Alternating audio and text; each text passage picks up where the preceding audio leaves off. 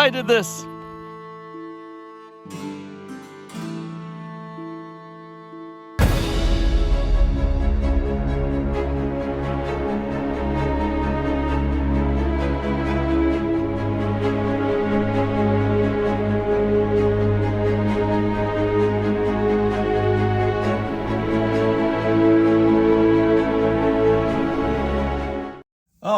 All right. Welcome to FaBled Hunters. I'm Yuanji. I'm Saint. And today we're going to open some stuff. Yes, we are going to open up some more stuff. Last time we only had 2 boxes of heavy hitters. We did really well.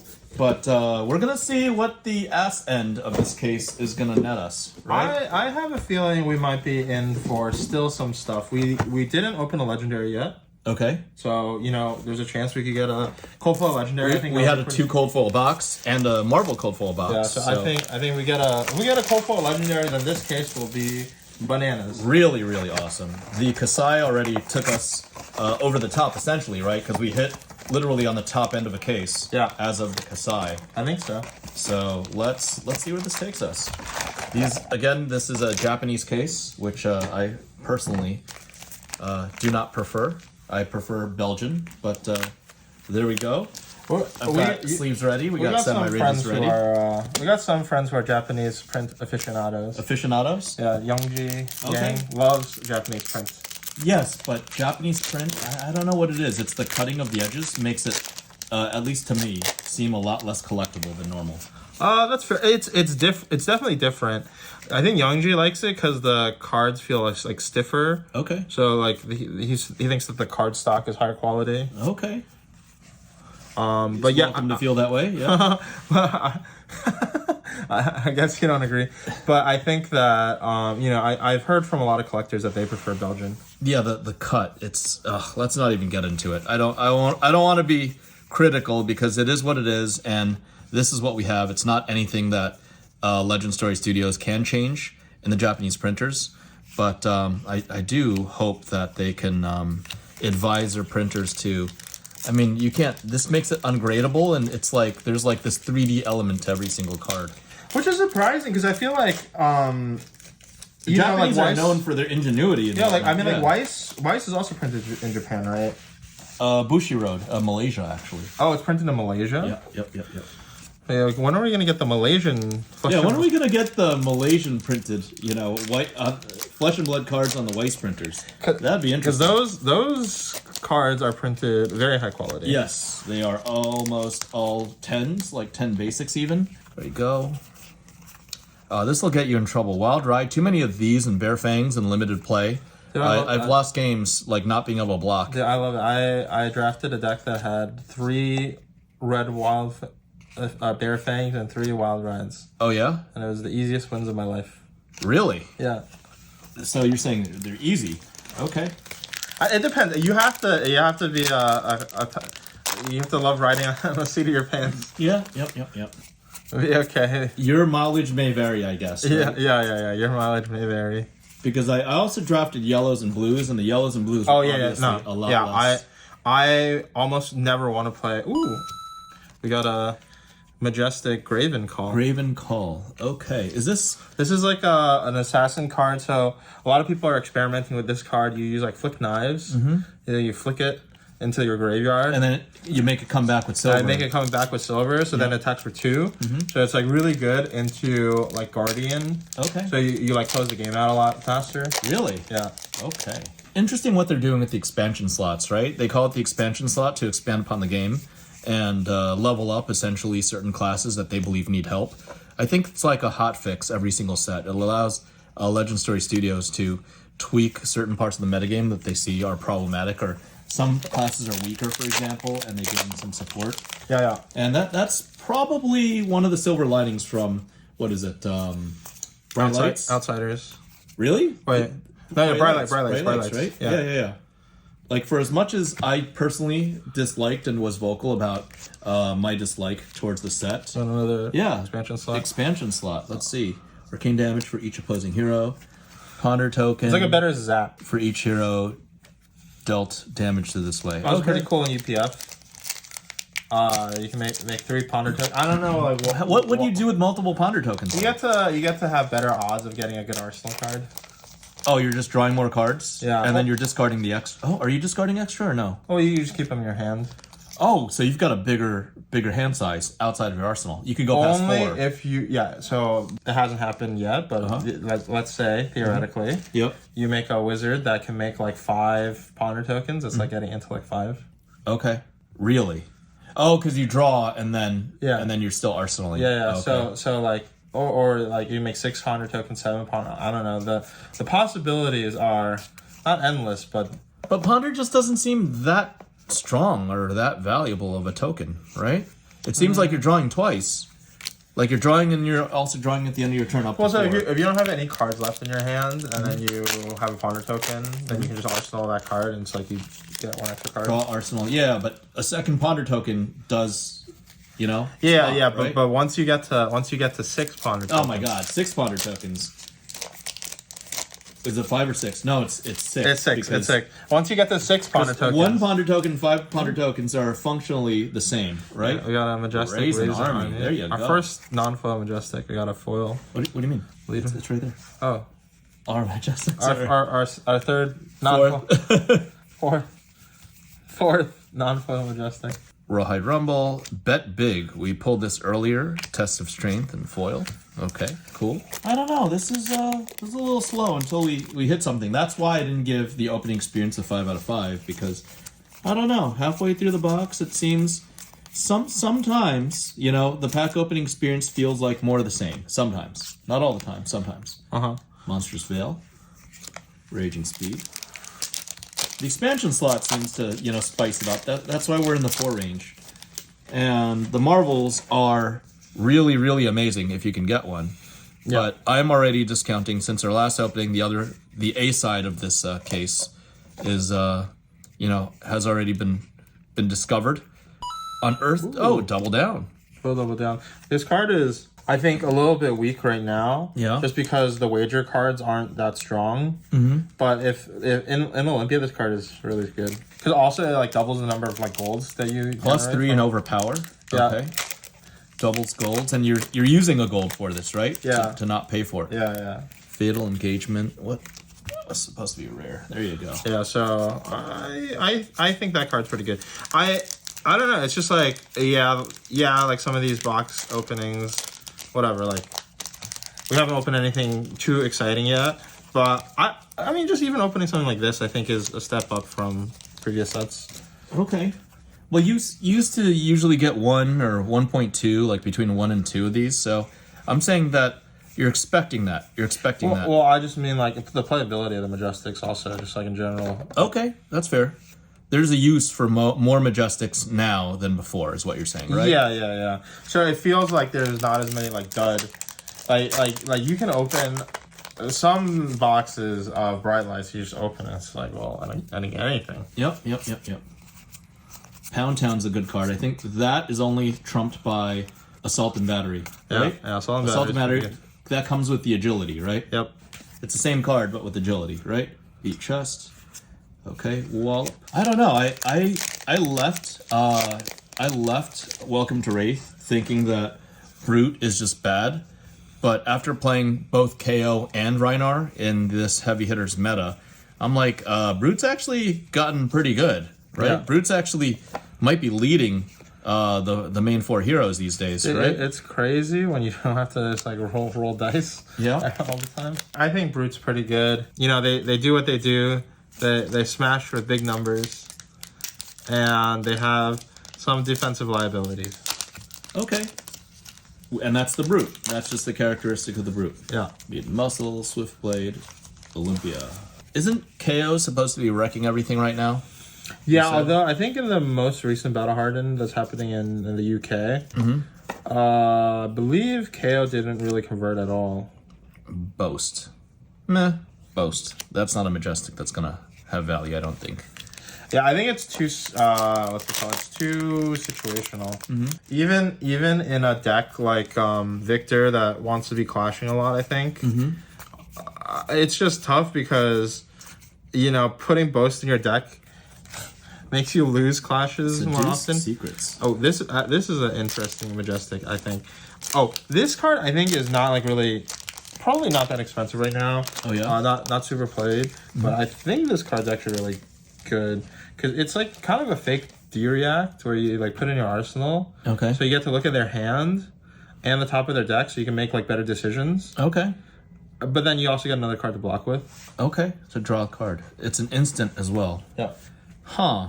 Okay. Just like a delayed card, delayed value, but that's a lot to give up for Arsenal, right? It's like an Urza's Glasses of Urza, but you know. Yeah, I think about it this way. Okay, let's say you're playing Prism. Yeah. It's a yellow, so you know in Prism it's fine. Sure. And then you put it in your arsenal, and you play it. You look at their hand. You see how many poppers they're working with. Okay. You know. I see. It's tech for Prism, but I think I said this in the last episode. Again, it doesn't feel like a good deal. It doesn't feel like you're getting a lot of value. I think the deal is it's an okay deal. It's like you get like a $2 off coupon in the mail. Okay. Kind of deal. It's like But you still gotta buy something. You still gotta pay for it. You gotta pay for it. But... It's not free. It's not free. Especially if it occupies an arsenal slot. yeah. I don't know. I just like seeing cards with big numbers. You know, or cards that just draw you stuff. He just wants to play the broken. On Starvo, just like Starvo, the stuff. Briar. I liked Briar. I was a big fan of Briar. Yeah. I did well with Briar. This, I don't know. It just seems so niche. You got these niche interactions. Good Time Chapeau. It's Guardian equipment. Yeah.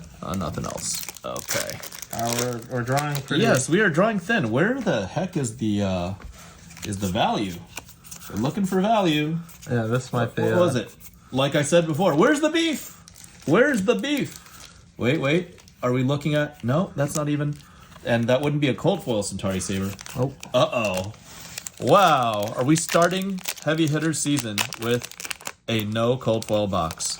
Well, in the last box, we got 2 cold foils, so... Yes, but still, no cold foil boxes really feels bad. Like that they're making you remember the Welcome to Wraith experience, I guess. Or not. Let's see. We've got Clash of Vigor. Stacked in your favor. You got Hold'em and oof. Yeah. Big oof. Yeah, this is a tough box. Wow. We got 7 Majestics and an 8th foil Majestic. And we were just big upping how the opening experience is really a 4.5 out of 10. Thank God we're doing that last one. I gave it a 4. You gave it a 4. Now I'm feeling a little worse. You can take the lead. Oof. We haven't done this in a while, but oh man, that really hurts. Now I understand what the bitching's about. However, that's why, ladies and gents, that's why you buy by the case and you look at your results case wide, right? Yeah. So I'm gonna just excuse myself for a minute. Just remember that she made the case. She's not from this box opening. She made the case, though. She was in this case, so all is still forgiven. I'm still sticking with my 4.5 opening experience. There you go. Yeah, what was it? Like, you have to have bad opening experiences so that you value the good ones? Yes. You need to experience your bad opening experiences so you can value the good opening experiences. You gotta take a mix of good and bad. Yeah. But that was that was a tough pill to swallow right there. Yeah. That really sucked. Oh, this doesn't suck. Up the ante. Nice. Okay. Is that a good card? It's Up X. the ante is pretty strong. X +1, agility, Y. So if you pay like 3 for it, you can get like +4. Which is like pretty strong as attack reaction. You get +4, and then you get like 3 wagers, and a +4. Yeah, and a +4. So if you win the wagers, then you get 2 gold tokens, an agility token, and a vigor token. Don't you get 5, or don't you get like 6 tokens? Because Olympia's every time you wager, or no? Is that how it works? Right? What does Olympia say? I thought Olympia is the first time. The first time. The first time each of your attacks wins a wager, create a gold token. Yeah, so it's only 1 attack. 1 attack. Okay. So you get 2 gold tokens, potentially. Yeah. Okay. But 3 resources gets you a lot of value. Yeah, I thought you broke the format scene. I was like, oh shit. Oh my god. It's like, the Runaways have a new tech. I was like, wait a second. You get 6 golds? Or that'd be a little too broken, right? You got 4 golds? Like, wait just a second. Even 2 golds is pretty amazing already, right? I'm like, wait. hold on. Oh, stop the press. Fatal engagement. Primed to This card fight. I think is pretty interesting. It's actually quite hard to turn on. Yeah. But when you turn it on, it's really powerful. What? 4 for 9? 4 for 10? So it's 4 for 10, but since you have a Vigor and a Might token, it's actually like 3 for 11. No, wait, it's 5 right now to begin with. Yeah, so it'll cost 1 less, and then you got 1 extra resource. Okay. Because you already have the Vigor token. Yeah, Okay. so it ends up being a 2-card 11, which is... Okay. That's a good deal. Okay, that is a good deal if it can hit, but it's very situational, it seems. Yeah. Can Victor play it well? Can Victor handle it?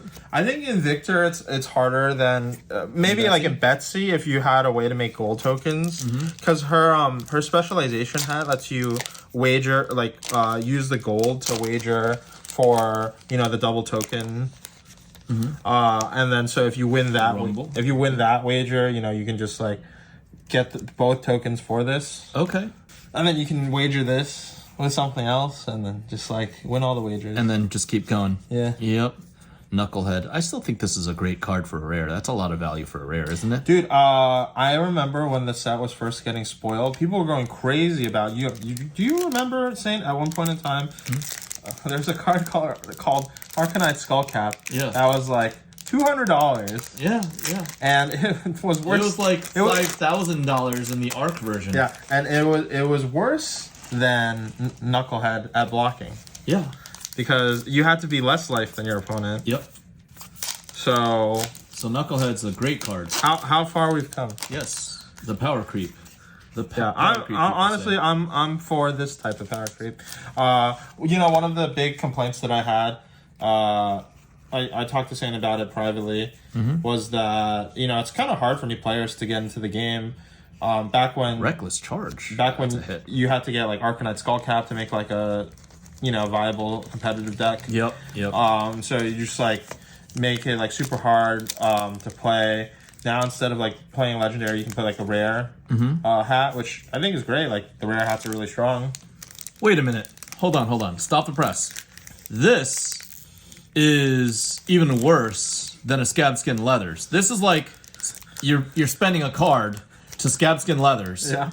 And if you hit a 6, the upside is you get your card back. Yeah, but you're not thinking about this, saying, what if you have the Rugged Roller? And it's just another dice roll. What do you mean? You're joking, right? Yeah. This is just a bad card, right? Yeah. I don't think it's that good. Okay. But in draft, it's a blue lock 3. Oh god. And it screws up your KO, and it's a KO specialization. I just don't see it, man. I just don't see it. I think block 3s are great. No, but it's got 0 attack, and it's a majestic. It's a waste of a majestic slot, and screws up your KO synergy. Dude, there are KOs out there who just love to roll dice, and who are you to tell them? Okay, I guess to each their own. I just think it's a crappy card. That's a really bad deal, right? That's a really bad deal. Prime to fight, good deal. That bad deal. Saying you've been on the floor of many casinos. There are people who would enjoy a card like that. Yes, there are. I'm not one of them. I try to stay as close to 50% EV as possible. Yeah, but there are people who they're like, I can hit it big. I roll a 6, I draw a card, I get 3 action points. Does that make it a Johnny card? Or that's a Timmy card, right? I think it's a Timmy card. That's a Timmy card. But yep. Hey, Timmy's pay the bills. Timmy's do buy boxes here and there. And whereas I believe, no offense to the Runaways, Spikes do not. Yes. Right? In general, we're stereotyping here. Timmy's pay bills, Johnny pay bills, Spikes are just there to win and pay the least and buy singles, right? Yeah, but that's why it's so important for us, I think, to make like the content for people. Yep. It's like, hey, like I'm not buying the boxes, but I'm helping other people enjoy the game. Yep, that's true. KO.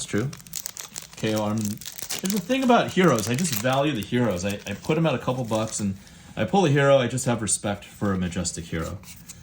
It's just automatic. Do you like we didn't pull it yet, but do you like the new Reinhardt art compared to the original one? I played New Rhinar, so I do like him. I do like the art, where he looks more badass, and he's not just like the old one. brutish. The old one, he just looks kind of like he's like kind of dumb. Yeah, but this Rhino looks like the leader of the brutes. Yeah, he's got more attitude. Yeah, you know. Yeah. So I do like the art more, but it's strange that they're not making a Reinar, what is it called? A Reinar Marvel, though. It makes sense, but it's also a little strange. He's just oddly lacking, you know, even with the new art and everything. He's just oddly not present. Yeah, I have a feeling they played it safe with their reprint policy. Yeah. You know, the Flesh and Blood collectors love to complain about. They will. At any point. Well, they're still not done complaining. The leader of their pack, James Badger Curry, recently said he would stop complaining about the judge packs, and even that was for like 6 months, man. Yeah. When was Art of War out? September, October, something like that? The Art of War judge pack? Yeah. Season 2? Yeah. Okay, maybe not a whole 6 months, but it felt like a long-ass time. A lot of complaints. Yes, a lot of complaints. The new judge packs, they seem to be selling. They seem to be, you know, popular with the collectors and popular with the judges. And they're, I think the market price on them is $250, $300 a piece nowadays. Yeah. Yeah. And there's no Art of War in there. So, oddly, Season 2. I spoiled. This is a really good Majestic. Yes. And that is a really good common, the Agile Wind-Up. Oh, yeah. I think that is just a huge card in general. Okay, we do not want to go 2 boxes out of 2 boxes with no cold foils. We want to get a legendary and a rainbow foil legendary at the very least and a cold foil. I think that is our goal. Let's search for one, if not both.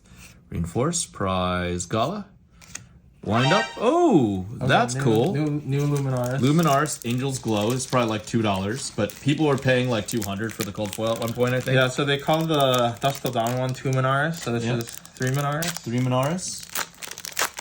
Not as good as the OG. Definitely better than the second one. Yeah. The second one made the hero unplayable, basically, right? Well, it didn't make the hero unplayable. It just didn't make the hero playable. Oh, the hero just wasn't playable. Yeah. Is it? Oh! All right, this is a good legendary to hit. This is your favorite legendary of the set, right? Yeah, definitely. Okay. I don't know that I will put a semi-rigid on it because it's rainbow foil, but it's gonna occupy that legendary. awesome. Yes, the blue collar legendary. Yes, and I don't know. I think this set. Not I think. I hope. I'll say it. I hope that in this set that our legendaries, our rainbow foil legendaries, can go back to $40 over time. I think this is definitely like a $40 or $50 card. Oh yeah. I mean, it's just like it's. I think it's gonna be a staple in every brute deck that gets played. Okay. So I think that alone, like, it's surely better than Ghostly Touch. Well, what was the brute? What is this replacing in brute? Gambler's Gloves. Really? Yeah. Well, that's a good replacement because Gambler's Gloves block 0. This gives him 3 life and provides at least 2 more breakpoints of attack. Yeah. Right? Yeah. Okay. So I think big upgrade. That's a big upgrade for brutes.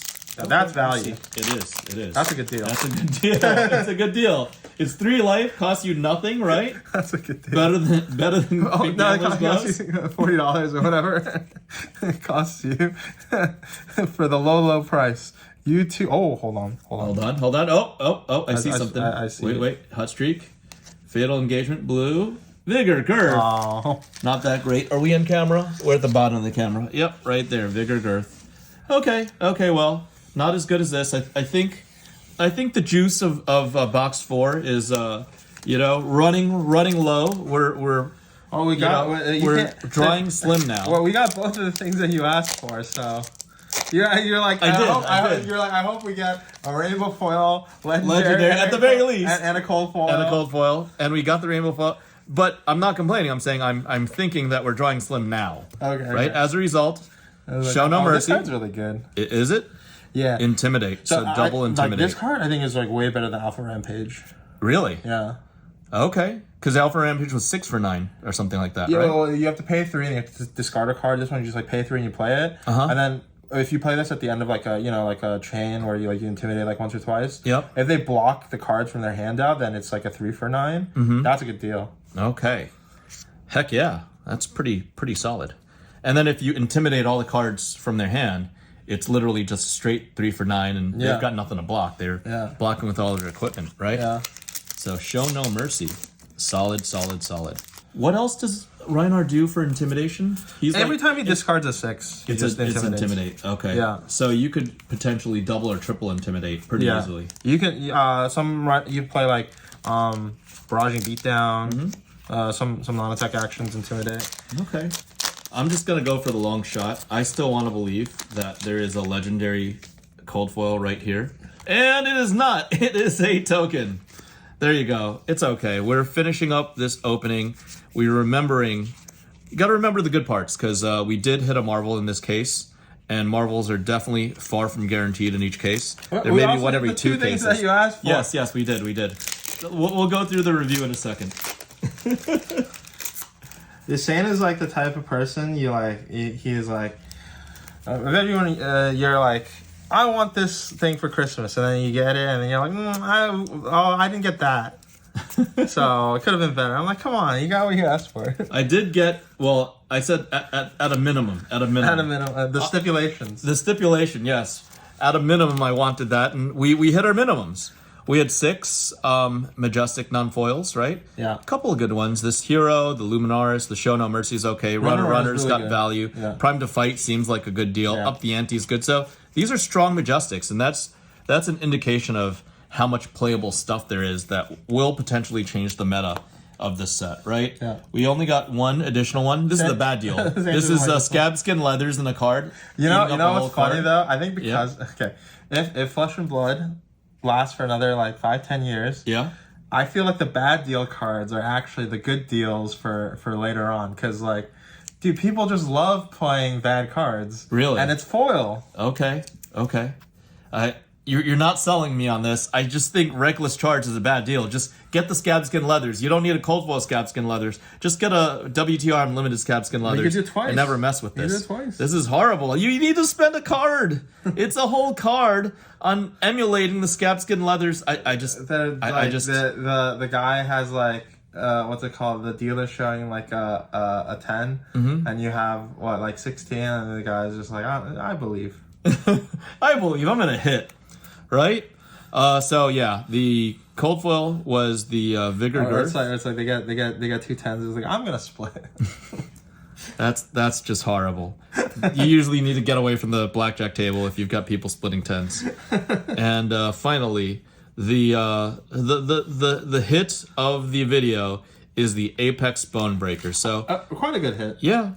I'll tell you what. If I was like starting to play Flesh and Blood, or I just got back in the game and I'm opening 2 boxes of heavy hitters, and I hit an Apex Bonebreaker, honestly, I'm feeling pretty good. I'd be happy about it too. Yeah, but like I said, this hopefully is the set where legendary values go back. You said in a private video, in a Patreon video, that Uprising was the best set before this set.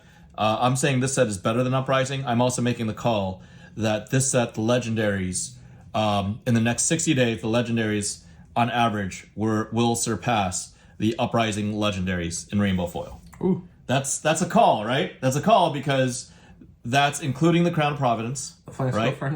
Flamescale Furnace, but then you've got, a couple of really solid ones, and you got some stinkers, right? You've got, the other 3 are stinkers, are they not? You've got the Constellus, you've got the Coronet Peak, you've got the Ghostly Touch. Yeah, so we'll add everything together. We'll fact check us in 2 months. Fact check us in 60 days, which is like mid-April. April 15th, tax day. Yeah. Tax day, we'll do the accounting. Yeah. All right, guys. Thanks for joining us. You have anything else to say about Heavy Hitters other than it's an awesome product and it's great?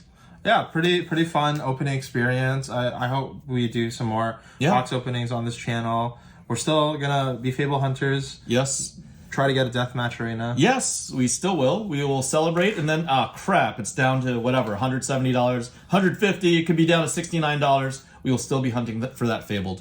So yeah, anything else, or are we set? Like, comment, subscribe, twiddle the notification button. Join us on Patreon to support the FaBled Hunters as well as the FaBled Runaways. Let's go Runaways, everybody!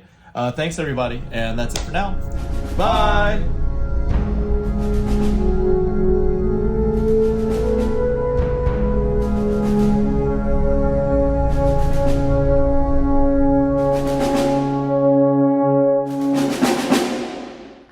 What's up, buddy? Don't go away. What's What's going on? Oh man, he don't want to play.